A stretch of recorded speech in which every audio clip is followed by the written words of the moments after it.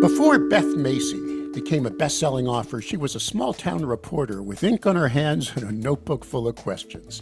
She spent her career exploring the lives left behind, from Dope Sick, a devastating look at the opioid crisis, to her latest work, Paper Girl, a memoir of home and family in a fractured America. But this time in Paper Girl, the story is personal. Macy returns to her hometown of Urbana, Ohio, to explore how economic decline, political division, and the collapse of local institutions, including local news, have torn the fabric of small-town life. Welcome, Beth. I am honored to have you on the show because I'm halfway through Paper Girl. Thank you so much for joining us. Oh, I'm honored to be here and a big fan of EMP for going back decades. If I had a dime for every E&P story I've heard on this show, got my first job, met someone through it. In the newsrooms, we used to scramble for it because we were all looking at that job ads, right? It was, believe it or not, I have every issue. Well, I donated every back issue from 1895 to the Museum of Print. But when I went through those issues in the 90s, half of it was just recruitment ads. I mean, it was just a big part of it. But I have to introduce you to the audience, those that don't know you. So, yeah, you've got a Wikipedia page. You got a lot of profiles out there. I used AI. I want you to rate what it says about you, okay? This is ChatGPT. You tell me if it got it right. It says, okay. Beth Macy is an acclaimed American journalist and a nonfiction writer known for deeply reported, empathetic explorations of rural America, social inequality, and the hidden fractures in U.S. communities. You have penned best-selling books, including Factory Man, True Vine, and of course, Dope Sick, which I referred to, which became a Hulu series, and you were an executive producer. Is that right? That's right. So far, so good. You've recognition, Nieman Fellowship at Harvard, Guggenheim Fellowship, J. Anthony Lucas Prize, multiple journalism awards. But here's what's fascinating.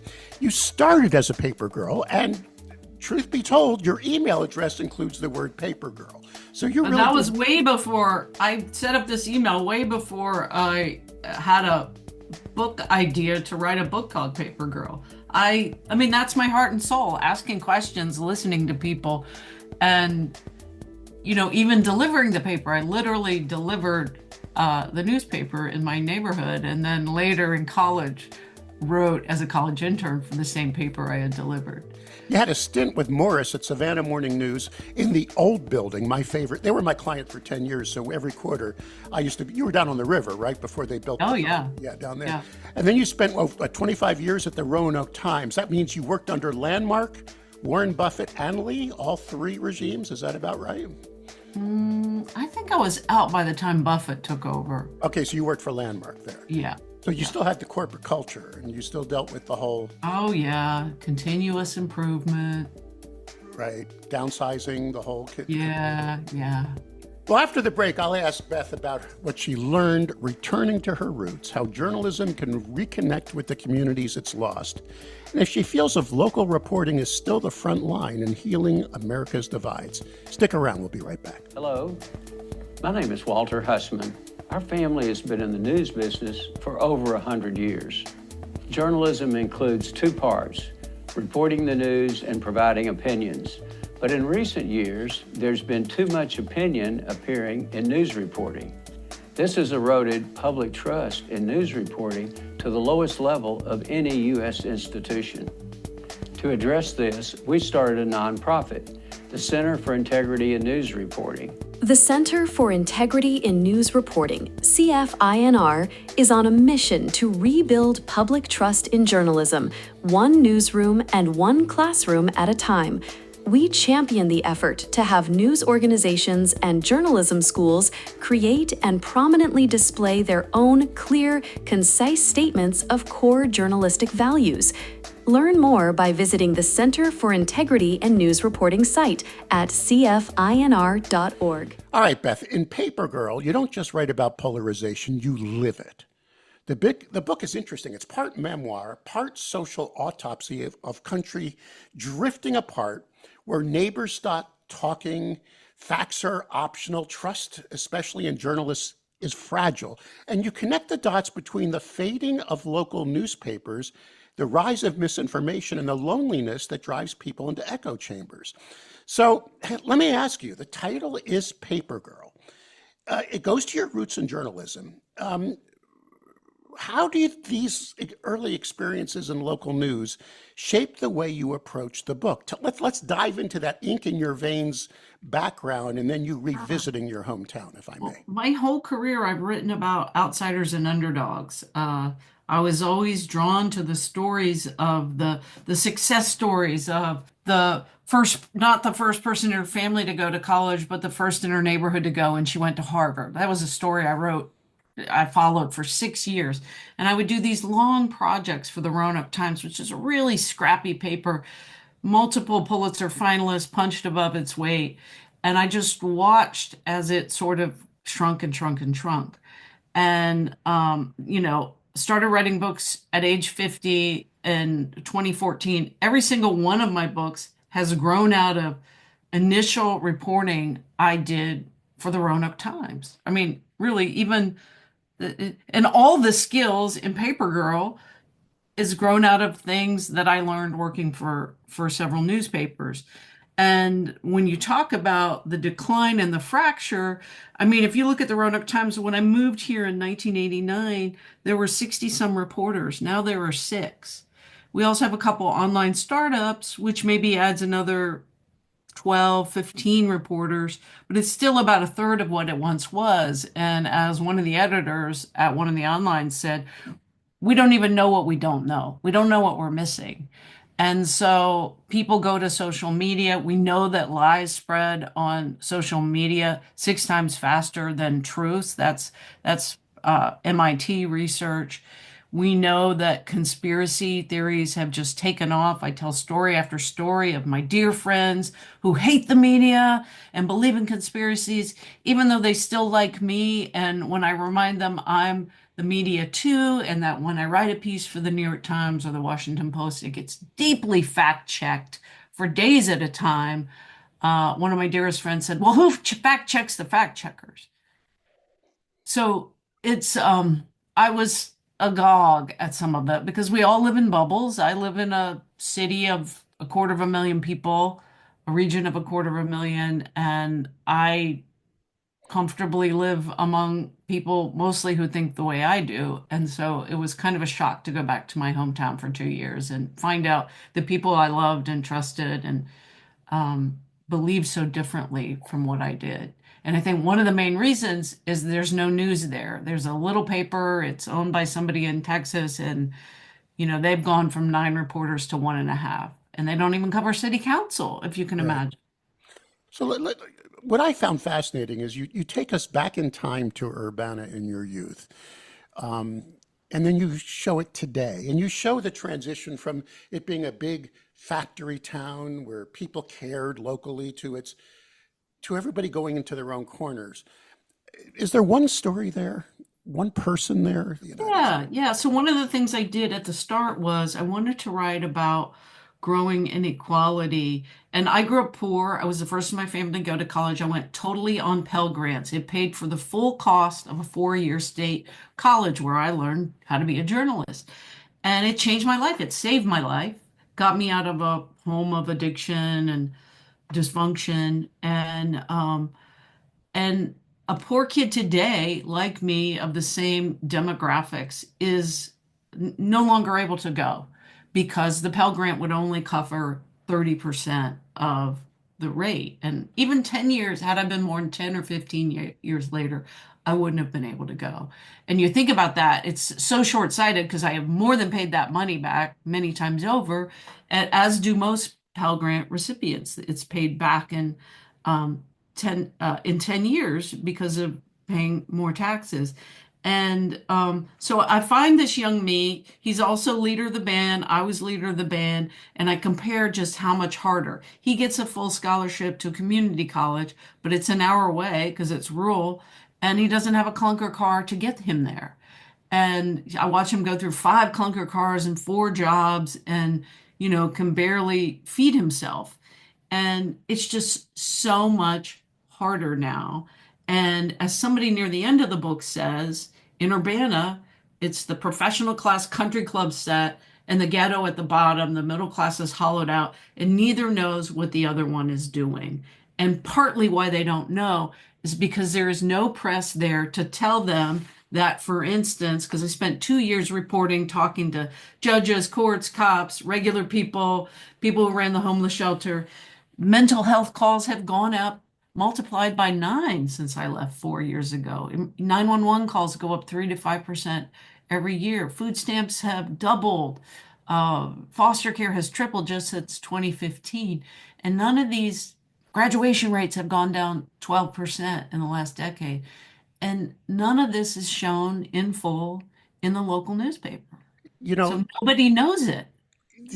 you do an amazing job in the book, not only taking us through a very special story, but really defining how newspapers blew it. I mean, you show both sides of the equation. In other words, you discuss how should I say this? The paper industry itself declined. Some of it was its own fault. I don't think the newspaper industry, and this is because I went through it like you, I joined the Portland Press Herald as the digital director when it had hundreds and hundreds of people, put one of the first newspapers online in the United States. Today, it's a shadow of itself, almost in bankruptcy. But it never told the true story of what it was there for. This industry never marketed No, we didn't itself. cover our own demise, right? No, and we got fat and lazy over centuries. Do you agree? I mean, we never said to the community, we're not just a business. We're your final check on power. We're your voice. Do you feel, Exactly. I mean, why do you think these reporters are doing it to make their, I think I was making $55,000 a year when I quit. Like it's a calling. It, it, it's meaningful. James Baldwin said, if you change the way people think by even a millimeter, you've changed the world. And I just felt it was a great gift to be out there learning about my community and telling other people. And as, what is particularly striking to me, because I'm basically an old newspaper feature writer. I love nothing more than digging into a juicy feature where I can tell you about this neighbor that you don't know and why it's important in the context of what's happening in the community.